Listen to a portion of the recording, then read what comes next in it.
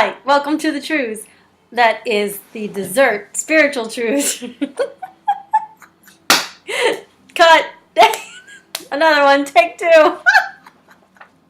Oh, man. Oh, ain't no sunshine when I am the Queen of Hats. Well, welcome to my episode 4 of the Spiritual Dessert Trews. Would be good to prepare. That afternoon, while I was in my kitchen, Billy whispered, "Show me the money." Show me the money. By now, he figured out that whispering made hearing him in a bright daylight less jolting. Call Tex and tell her, "Show me the money." I assume that phrase referred to the as yet identified coin my brother wanted me to give her. Tex. She answered the phone. "Billy wants me to tell you something." Show me the money? Does that mean anything? She was silent for a few beats, and then she laughed.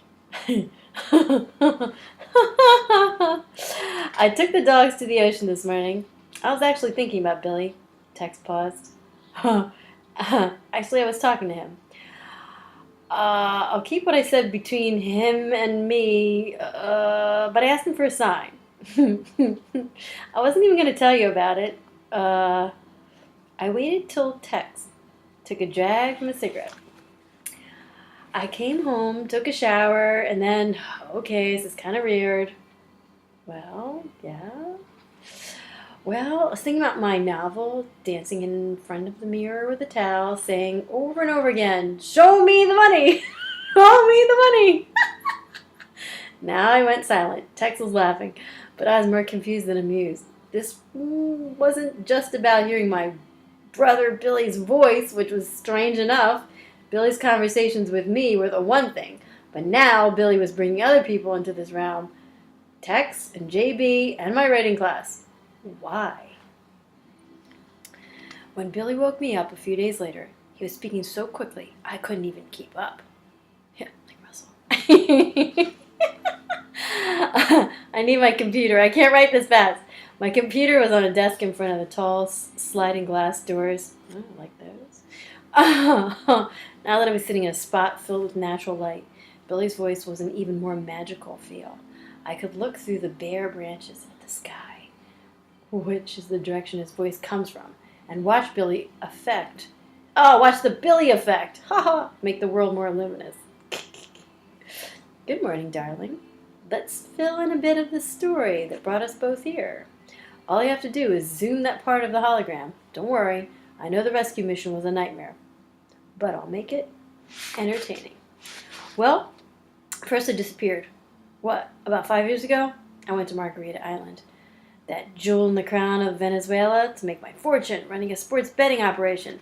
Billy Cohen became Billy Fingers. The name I picked to commemorate the accidental amputation. Oh no, of the tip of one of my fingers while I was working a wedding band factory. When I was 16. You remember. The accident that introduced me to my first taste of the world of pain relief. That's how I became a drug addict. 5 years ago, Bill Cohen got tired of feeling like a taxi-driving ex-junkie mascot of his designer wife's entourage of wealthy friends. Without much planning, he said goodbye to the beautiful wife and the multi-million-dollar co-op on the Upper East Side of Manhattan and ran away to Venezuela to become Billy Fingers. I ran away from home just like when I was a kid running away from mommy. Although in my younger days, mommy was always the one who bailed me out of trouble. Our relationship was difficult from the day I was born. That's the thing about being human beings. They're not just one side of the coin. Actually, the whole thing between mommy and me started even before I was born. Soon after mommy got pregnant with me, she started to bleed. She bled so much she began thinking I was trying to kill her from the inside of her womb. So she developed this kill the baby before he kills you kind of attitude. Oh, no. The doctors prescribed bed rest, complete bed rest, and injections to calm her down. In those days, they didn't know that it wasn't so great to give a pregnant woman morphine. Morphine? could make unborn babies develop a taste for it. So you could say I was getting high back there in the womb. Anyway, I ran away to the tropical shores of Margarita with my scheme to get rich quick. But things didn't turn out the way I planned. Now that I'm dead, I see the whole drama that led to the rescue mission. I see you on the beach near your house that day in June. June! Oh, here we are.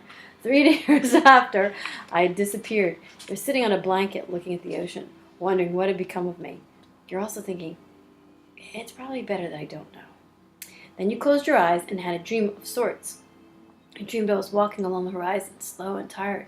My spirit was rising up, big and magnificent, out of my tattered old body.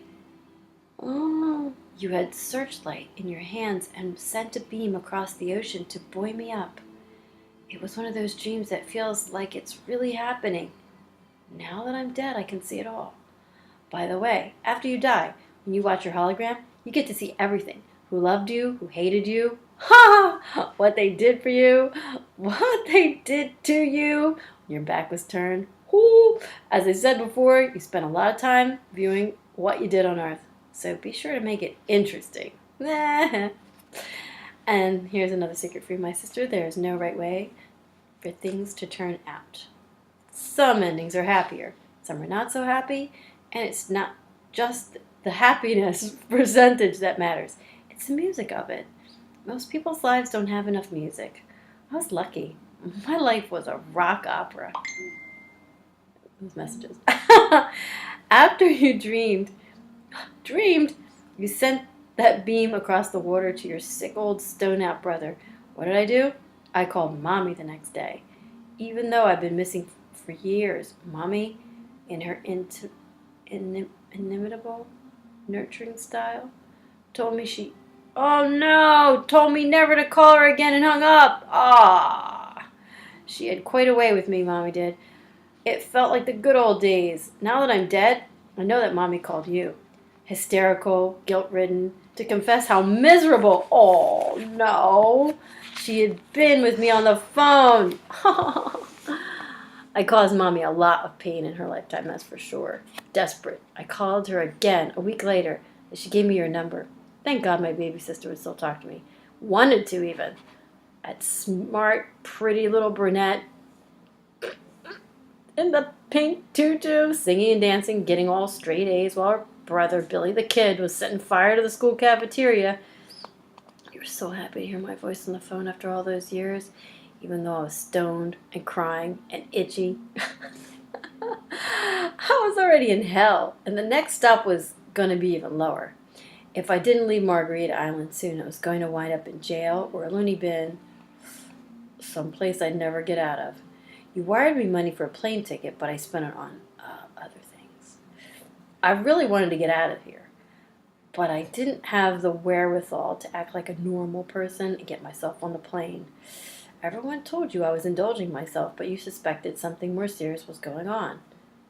I wasn't happy that Billy started talking about the rescue mission. Maybe he was zooming in on it with his newly enlightened after-death perspective, but remembering it was still painful for me. Annie, I'm dying. I'm itching to death. I have anxiety attacks. You have to get me out of here. How can I if you won't tell me where you are, Billy? I don't know where I am. All I know is I'm itching. Don't let me die here like this. I looked to various advisors for answers, a psychotherapist, a drug counselor, people in Alcoholics Anonymous. The consensus was that Billy was manipulating me to get money for drugs. He could come home if he wanted. Then I dreamed that my father came down from heaven and was digging a hole in the shape of a coffin.